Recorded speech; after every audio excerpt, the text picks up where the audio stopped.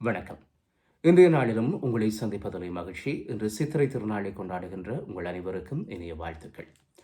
பயங்கரவாத தடைச் சட்டம் இது நாங்கள் நிறைய பேர் கேள்விப்பட்டிருக்கின்ற ஒரு விடயம். குறிப்பாக ஈழத்தமிழர்கள் இந்த பயங்கரவாத தடைச் சட்டத்தினால் சொல்லனா துயரங்களை அனுபவித்துக் கொண்டிருக்கிறார்கள்.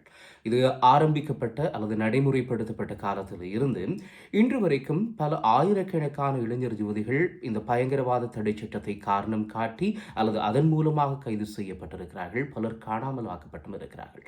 இது நீக்கப்பட வேண்டும். இது அடிப்படையிலேயே ஒரு மனித உரிமை மீறலாக காணப்படுகிறது. எனவே இது நிச்சயமாக நீக்கப்பட வேண்டும் என்று தொடர்ச்சியாக தமிழர் தரப்பிலும் சரி அல்லது மனித உரிமைகள் தரப்பிலும் சரி தொடர்ச்சியாக முன்வைக்கப்பட்டு வருகின்ற ஒரு வாதம். ஆனால் இன்று வரைக்கும் ஸ்ரீலங்கா அரசாங்கம் இந்த பயங்கரவாத தடை சட்டம் நீக்குவது தொடர்பாக கரிசனை காட்டுவதைப் போல காட்டிக்கொள்ளும், ஆனால் நீக்கியது அல்ல. இப்போதும் கூட இந்த அனுரகுமார திசாநாயக்கனுடைய அரசாங்கம் ஒரு குழுவை நியமிக்கின்றது. இந்த பயங்கரவாத தடை சட்டத்தை நீக்குவது தொடர்பாக மக்களுடைய கருத்துக்களை கேட்டு அலசி ஆராய்ந்து இந்த பயங்கரவாத தடை சட்டத்தை நீக்குவது தொடர்பிலே தாங்கள் நடவடிக்கை எடுக்கிறோம் என்கின்ற ஒரு முனைப்பை காட்டுவதற்காக இந்த அனுரகுமார திசாநாயக்கனுடைய அரசாங்கம் இந்த நடவடிக்கை எடுத்திருக்கிறது. நிறைவிலே இதன் மூலமாக இந்த பயங்கரவாத தடை சட்டம் நீக்கப்படுமாக இருந்தால் நிச்சயமாக இது தமிழர்களுக்கு ஒரு விளைவான விடயமாக இருக்கும். ஆனால் அனுர அரசாங்கத்தினுடைய கடந்த கால செயல்பாடுகளை நாங்கள் பார்க்கின்ற வேளையிலே தமிழர்களுக்கு சாதகமான ஒரு விடயத்தை அன்று அரசாங்கம் செய்யுமா என்கின்ற கேள்வி வலுப்பெற்று வருகிறது. உண்மையிலே தமிழர்கள் தரப்பில் இருந்து இந்த என்பிபியினூடாக நாடாளுமன்றம் சென்றிருக்கக்கூடியவர்களே ஒரு சிலர் ஆங்காங்கே குரல் கொடுக்கிறார்கள். ஆனால் மற்றவர்கள் இது சார்ந்து இதுவரைக்கும் ஏதாவது கருத்துக்களை முன்வைக்கிறார்களா அல்லது என்பிபி என்கின்ற பேரணவாதம் சொல்கின்றதை கேட்டுக்கொண்டு இவர்கள் இருக்கிறார்களா என்கின்ற கேள்வியும் இது எழுப்பியிருக்கிறது. எது எப்படி இருந்தாலும் இந்த பயங்கரவாத தடை சட்டம் நீக்கப்படுமாக இருந்தால் மாத்திரம்தான் தமிழர்களுக்கு ஓரளவுக்கு ஆறுதலாக இருக்கும். ஆனால் அதை இந்த அனுர அரசாங்கம் செய்யுமா என்கின்ற கேள்வி தொடர்ச்சியாக வலுப்பெற்றுக் கொண்டுதான் இருக்கிறது.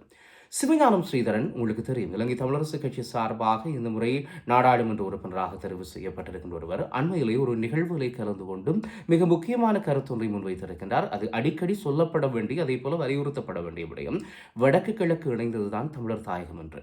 ஆனால் மறுபுறத்திலே கிழக்கில் இருக்கின்ற முஸ்லிம் சக்திகளும் சரி அல்லது குழப்பவாத சில சக்திகளும் சரி கிழக்கு தங்களுக்கானது, வடக்கும் கிழக்கும் இணைந்தது தமிழர் தாயகம் அல்ல, அது சட்ட ரீதியாக ஏற்கனவே பிரிக்கப்பட்டிருக்கிறது என்கின்ற கருத்துக்களை அவர்கள் முன்வைத்து வருகின்ற வேளையிலே இப்போது சிவஞானம் ஸ்ரீதரனுடைய இந்த கருத்து என்பது மிக முக்கியமானதாக பார்க்கப்படுகிறது. ஏனென்றால் தமிழர்கள் தரப்பை பொறுத்தவரைக்கும் வடக்கு கிழக்கு இணைந்ததாக இருக்கின்ற பொழுதுதான் அது பலம் பொருந்தியதாக இருக்கப் போகின்றது.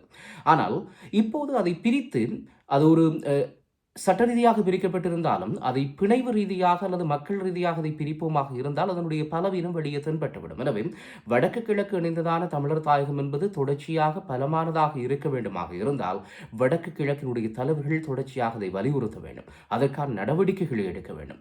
அது மாத்திரமில்லாமல் அவர்கள் தொடர்ந்து மக்களிடம் இதை கொண்டு போய் சேர்ப்பதும் நாளை சட்ட ரீதியாகவோ அல்லது ஒரு வாக்கெடுப்பாக இது வருமாக இருந்தால் அதற்கு சரியான முடிவினை மக்கள் எடுப்பதற்கு அறிவுறுத்த வேண்டிய தேவையும் இருக்கிறது. எனவே ஸ்ரீதரன் போல தொடர்ச்சியாக தமிழ் அரசியல் பரப்புரை செயற்படுகின்ற அரசியல்வாதிகள் செயற்பாட்டாளர்களுக்கு மிக முக்கியமான ஒரு பணி இருக்கிறது. வடக்கு கிழக்கு சார்ந்த தெளிவினை அடுத்த தலைமுறையினருக்கும் கொண்டு போய் சேர்ப்பது. இன்னொரு புறத்திலே இந்த ஏக் ராஜ்ய என்கின்ற வார்த்தை இது பல்லாண்டு காலமாக நாங்கள் கேட்டு வருகின்றோம். பல்லாண்டு சொல்வதற்கான காரணம் 2009க்கு பிறகு இந்த வார்த்தை நாங்கள் பேச வேண்டிய ஒரு தேவை அல்லது பேசாமல் ஊடகங்கள் கடந்து போக முடியாத ஒரு நிலை காணப்பட்டிருக்கிறது. சுமந்திரன் கஜேந்திரகுமாருக்கு இடையிலான முருகல் நிலைக்கும் இதுதான் காரணம். ஏன் இடையிலே வந்திருந்த சி.வி. விக்னேஸ்வரன் அவர்களுடைய முருகல் நிலைக்கும் இது காரணம். எல்லோருமே ஒரு சாட்டாக அல்லது ஒரு கருத்தாக அல்லது ஒரு வாதமாக அல்லது ஒரு தங்களுடைய நிலைப்பாடாக ஒவ்வொருவரும் தங்களுக்கு ஏற்ற வகையில் இந்த வார்த்தையை பாவித்துக் கொண்டிருக்கிறார்கள்.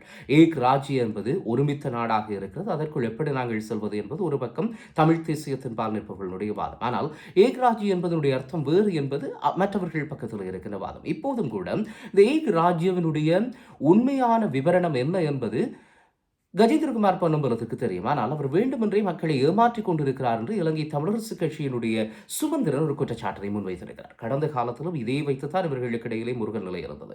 இப்போது உள்ளூராட்சி சபை தேர்தல் வருகின்ற வேளையிலே தெரிந்து கொண்டு இதுபோன்ற விடயங்களை எல்லாம் தெரிந்து கொண்டு மக்களை ஏமாற்றுகின்ற கஜேந்திரகுமார் போன்றவர்களுக்கு நீங்கள் வாக்களிக்காது இலங்கை தமிழரசு கட்சிக்கு நீங்கள் வாக்களித்து தமிழர்களுடைய தெரிவை உறுதிப்படுத்திக் கொள்ள வேண்டும் என்கின்ற கருத்தினை சுமந்திரன் முன்வைத்துக் கொண்டு மீளவும் இந்த ஏக் ராஜ்யத்தை எடுத்திருக்கிறார். எனவே இது தொடர்பிலையும் நான் ஏற்கனவே சொன்னதை போலதான் இது தொடர்பிலே ஏகராஜ்ய தொடர்பிலையும் சம்பந்தப்பட்டவர்கள் மக்களோடு பேசி மக்களுக்கு அந்த தெளிவை கொடுக்காவிட்டால் நிச்சயமாக மக்கள் கடந்த காலங்களில் போல இதை வைத்துக்கொண்டு அரசியல் சுழலுக்குள் மாட்டுப்படக்கூடிய வாய்ப்புகள் கிடைத்து போகலாம்.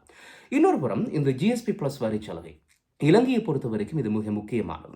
அன்ருகுமார திசாநாயக்கனுடைய அரசாங்கமாக இருந்தாலும் சரி அல்லது எந்த அரசாங்கம் வந்தாலும் சரி இந்த ஜிஎஸ்பி பிளஸினுடைய வரிச்சலுகை என்பது மிக முக்கியமாக காணப்படுகிறது. இப்போது இந்த ஜிஎஸ்பி பிளஸ் வரிச்சலுகையை தொடர்ச்சியாக இலங்கைக்கு வழங்குவதா நீக்குவதா என்பது தொடர்பான பரிசீலனையை செய்வதற்கான ஒரு குழு ஒன்று மிக விரைவில் இலங்கைக்கு செல்லவிருப்பதாக எதிர்க்கட்சித் தலைவர் சஜித் பிரேமதாஸ் சொல்லியிருக்கிறார். சஜித் பிரேமதாசவை பொறுத்த வரைக்கும் இந்த அனுரகுமார திசாநாயக்கனுடைய அரசாங்கம் எங்கெங்கெல்லாம் தவறு விடுகிறதோ அதை பாவித்துக் கொள்ள வேண்டும். ஆனால் பல இடங்களிலே மௌனமாக இருக்கிறார். அவருடைய அந்த தலைமைத்துவம் தொடர்பான கேள்வி கடந்த காலங்களில் எழுப்பப்பட்டதை போல இப்போது எழுப்பப்பட்டுக் கொண்டிருந்தாலும் ஆங்காங்கே மக்களுக்கு இப்படியான கொசுறு செய்திகளை கொடுப்பதன் மூலமாக சிங்கள தேசியவாதிகள் சிங்களத்தில் இருந்து இந்த அனுரகுமாரவுக்கு எதிராக இதை பாவிக்க நினைப்பவர்கள் இதை பாவிப்பதற்கான சில எடுப்புகளையும் எடுத்துக் கொடுத்துக் கொண்டிருக்கிறார். இந்த ஜிஎஸ்பி பிளஸ் வரிச்சலுகை இல்லாமல் செய்யப்படுமாக இருந்தால் நிச்சயமாக இலங்கை மீண்டும் பொருளாதார சிக்கலை நோக்கி நகர தொடங்கக்கூடிய வாய்ப்புகள் இருக்கின்றன. அனுரகுமார திசாநாயக்க இதை எப்படி கையாளப் போகிறார்? குறிப்பாக இந்த ஜிஎஸ்பி பிளஸ் வரிச்சலுகை கொடுக்கப்படுகின்ற போதும் நிச்சயமாக அதற்கான சில விதிப்புகள் அங்கே வைக்கப்படும். அந்த விதிப்புகளை இந்த அனுரகுமார திசாநாயக்கனுடைய அரசாங்கம் பேணுகிறதா, காப்பாற்றுகிறதா, அல்லது அவர்கள் அதை தொடர்ச்சியாக இந்த ஜிஎஸ்பி பிளஸ் வரிச்சலுகையை வைத்திருப்பதற்குரிய தகமைகளை கொண்டிருக்கிறார்களா என்கின்ற ஒரு பேச்சுவார்த்தை பரிசீலனை அங்கே இடம்பெறும். ஆனால் பொதுவாக இது போன்ற பேச்சுவார்த்தைகள் பரிசீலனைகள் இடம்பெற்று பல இடங்களில் இலங்கை அரசாங்கம் வெற்றி பெற்றதைத்தான் நாங்கள் பார்த்திருக்கிறோம். ஏனென்றால் உருட்டல்களும் புரட்டல்களையும் செய்து கொண்டு ஸ்ரீலங்கா அரசாங்கம் கொஞ்சம் மேவி கொண்டு சென்றதையெல்லாம் கடந்த காலங்களில் பார்த்திருக்கிறோம். ஆனால் இப்பொழுது இந்த அனுரகுமார திசாநாயக்கவினுடைய அரசாங்கம் இதை எப்படி கையாளப் போகிறது என்கின்ற கேள்வி நிச்சயமாக இருக்கிறது. அதை இந்த சந்தர்ப்பத்தை சஜித் பிரேமதாஸ் எப்படி கையாளப் போகிறார் என்பதிலே தான் அவருடைய அரசியல் எதிர்காலமும் இருக்கிறது. இவைதான் இன்றைய தினம் என்னுடைய பார்வையில் வந்திருக்கின்ற முக்கியமான செய்திகள். மீண்டும் சந்திக்கிறேன் இன்னும் ஒரு வடிவில். நன்றி, வணக்கம்.